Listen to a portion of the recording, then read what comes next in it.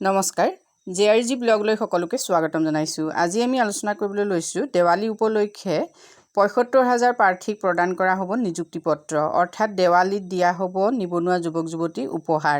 এই উপহাৰ কোনে দিব আৰু কি বিভাগত প্ৰকৃততে নিযুক্তি দিয়া হ'ব সেই সন্দৰ্ভত আজি আমি আলোচনা কৰিম। লগতে কেন্দ্ৰীয় চৰকাৰৰ ৰোজগাৰ মেলা সন্দৰ্ভতো আজি ভিডিঅ'টোত আমি আলোচনা কৰিবলৈ চেষ্টা কৰিম। যিহেতু প্ৰধানমন্ত্ৰী মহোদয়ে ইতিমধ্যে যোৱা জুন মাহতে ঘোষণা কৰিছিল যে 18 মাহৰ ভিতৰত 10 লাখ যুৱক যুৱতীক নিযুক্তি দিয়া হ'ব।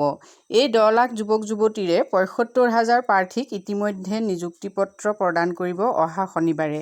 নিযুক্তি দিবলগীয়া বিভাগসমূহ হ'ল প্ৰতিৰক্ষা মন্ত্ৰালয়, ৰেলৱে মন্ত্ৰালয়, ডাক বিভাগ, গৃহ মন্ত্ৰালয়, শ্ৰম আৰু নিয়োগ মন্ত্ৰালয়, CISF, CBI, সীমা শুল্ক, বেংকিং আৰু আন বিভাগো বহুতো আছে। সমগ্ৰ দেশৰ বিভিন্ন মহানগৰত অনুষ্ঠিত হ'বলগীয়া এই কাৰ্যসূচীত কেন্দ্ৰীয় মন্ত্ৰীসকলেও ইতিমধ্যে অংশগ্ৰহণ কৰিব বুলি কোৱা হৈছে। তদুপৰি বিজেপিৰ সকলো সাংসদে তেওঁলোকৰ নিজ নিজ সংসদীয় সমষ্টিৰ পৰা এই কাৰ্যসূচীত যোগ দিব।